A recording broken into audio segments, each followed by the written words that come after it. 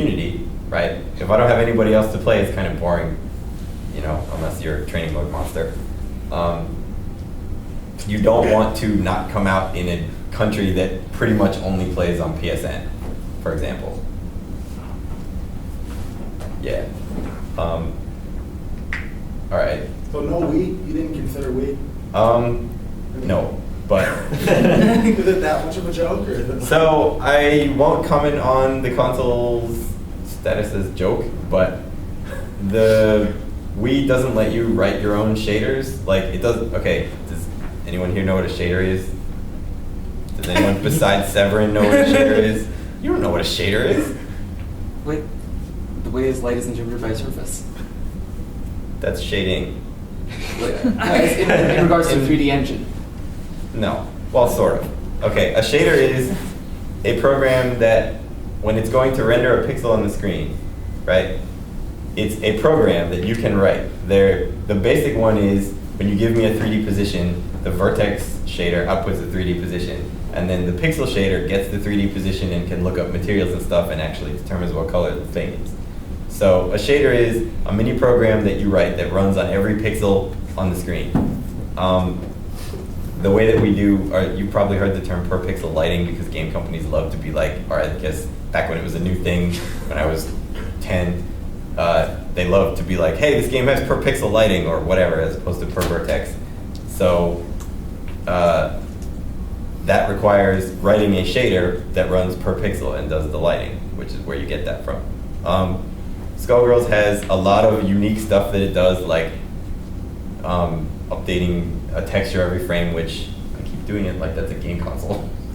Like updating a texture every frame, which modern consoles are terrible at.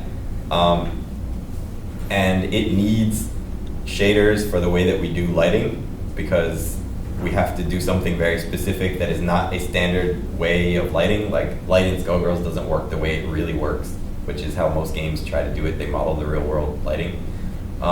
So we actually couldn't make it look the way that it looks on Wii, because you don't, not because the system is underpowered, I mean, but because you don't get to write your own shader. Instead, they have what's called a fixed function pipeline, which is like, rather than here's Notepad, write your own thing that does whatever you want, it's like, here's these things that do stuff, hook them up in whatever order you want, and try to get something that you might like. So like, they have built-in stuff in the Wii that does toon shading, which is why you see so much stuff that's toon shaded. But if you want to do your own custom thing, it's much more difficult. So the port wouldn't even work if you attempted? Well, it wouldn't look the way that it does, and since a lot of us is how we look, it was kind of a moot point. Also, is there only like one stick for the Wii? Yeah, and it's not very, it's a horror, I think. Yeah, I remember I had a Guilty Gear for the Wii. Right. That was awesome. But yeah, we didn't consider it mostly for that reason, and also because not most of the people who play fighting games play them on the Wii. So it was a case of like not being able to validate to your publisher that it's worth spending money on this port, because they probably won't make it back.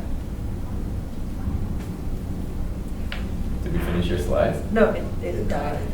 It's fine. Oh, wow. But next, I think the pretty much the last thing, I guess, is because you talked about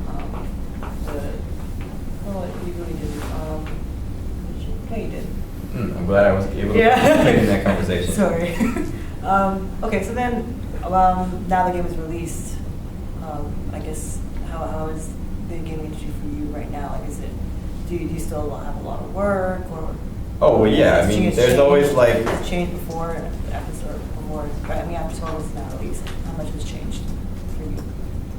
You're a billionaire Not a now. whole. Oh no, dude. You don't. No, look. The way games